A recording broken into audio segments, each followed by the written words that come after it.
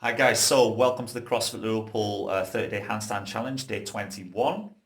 What we've got for you today is we're going to test your handstands. Well, we're not going to test them, we're going to try and see how long it takes to accumulate 2 minutes in a freestanding handstand. Now for scalings, we'll talk about that in a second.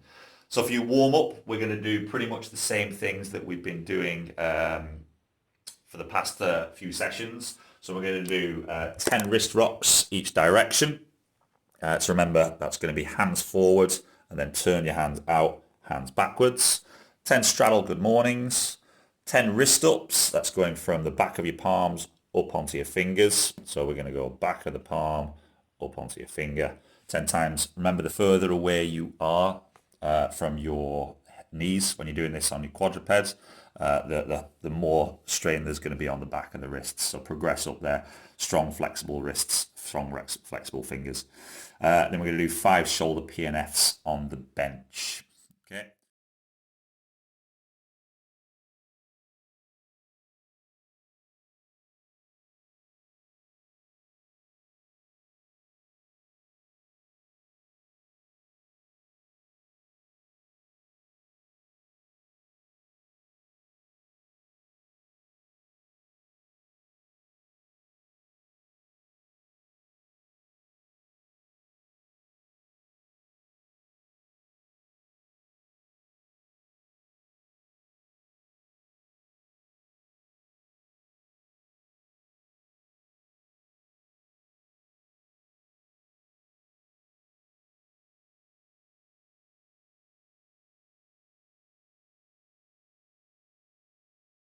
So for your buy-in, we're going to break your buy-in down into 2 parts. We're going to start off working your PVC pipe exercises with your shoulder flexion and extension. So you're going to do 3 sets of 10-second lift-offs with the PVC pipe.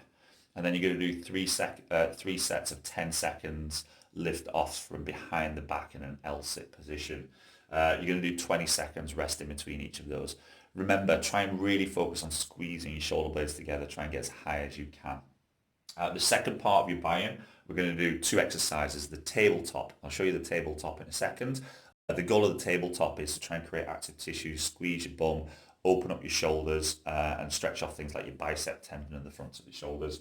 And then we're going to do 5 bunny hops. So 2 parts, remember, is 30-second shoulder extension. Sorry, 3 sets of 10 shoulder extension, 3 sets of 10 shoulder flexion, 20 seconds rest in between each of those.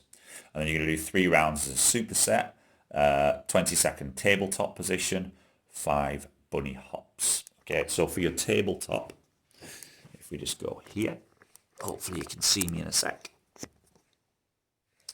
We're going to be just a reverse quadruped position. So it's going to be dig your heels into the ground.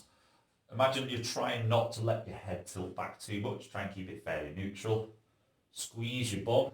Open your shoulders up. Hold for 20 seconds. Try and get nice and high. And then gently back down. You should feel a really good stretch across the stretch across the front of the shoulders, the pecs, even into the biceps. Some of you may feel it into your elbows. Be a bit careful if you start to feel it into the elbows. Maybe just coming into a shoulder stretch here, where you're trying to pull yourself away and then tense your biceps up. Yeah, if we've got quite tight biceps, especially if you're a CrossFitter that does a lot of pull-ups, like kipping pull-ups, you might tend to find that those biceps are a little bit tender.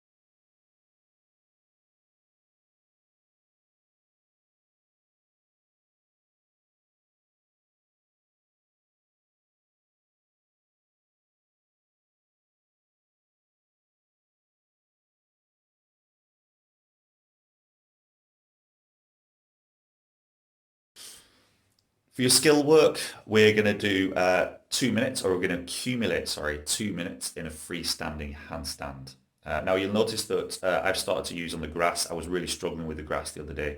We've started to put a couple of rubber mats down on the floor, and that just tends to help me learn to use my hands a lot better. I found that a lot more useful. Again, because I don't really like doing them inside. It's got the sunshine going. We're literally right opposite the park, so we just jump out and jump back in again. We do a run and do exercise first.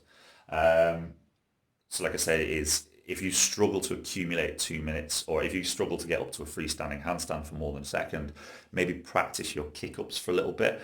Remember what I said the other day is we still want to be trying to get into a freestanding handstand.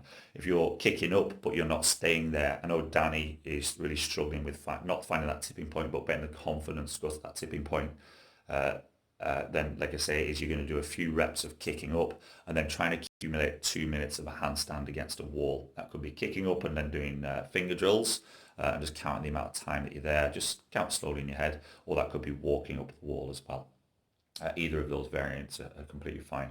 Again, is if you have access to outdoors, you've got a garden or anything else, you've got some gymnastics mats in the house, practice doing your forwards rolls and practice trying to do a handstand into a forward roll. And once you've got that skill, it becomes a lot more confident to be able to kind of like learn to lean into that handstand, to lean into your fingers a little bit more. If you're constantly afraid of falling over in the handstand, like I say, is you're going to find it very hard to kind of like fight against it, and you're always going to be afraid of falling over rather than confident with trying to lean into that handstand a little bit and lean into your fingers.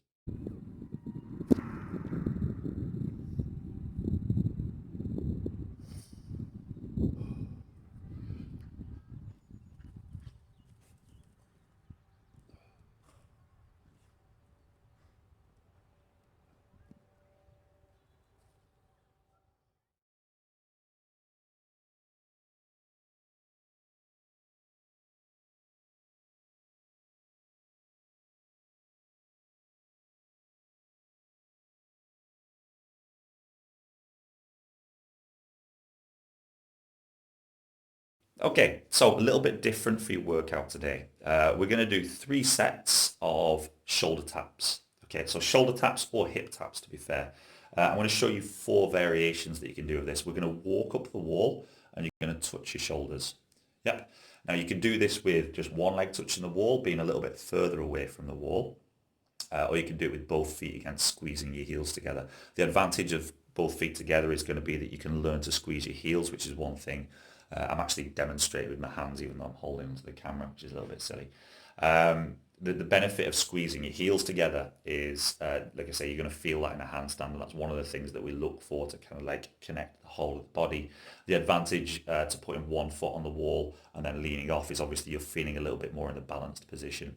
For those of you who want a little bit of practice, so you need to build up confidence with going onto one hand, just rock from side to side. So I'll show you that progression first. Just rock from side to side and slowly lifting your hands off.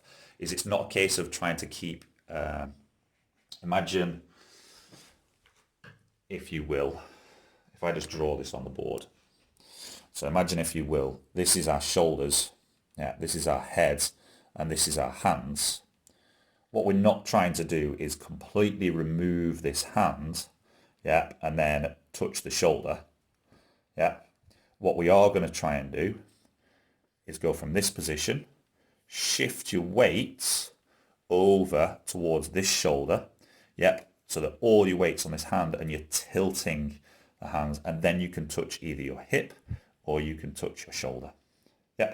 Completely up to you, but don't try and just lift your hand off the floor while your shoulders are level.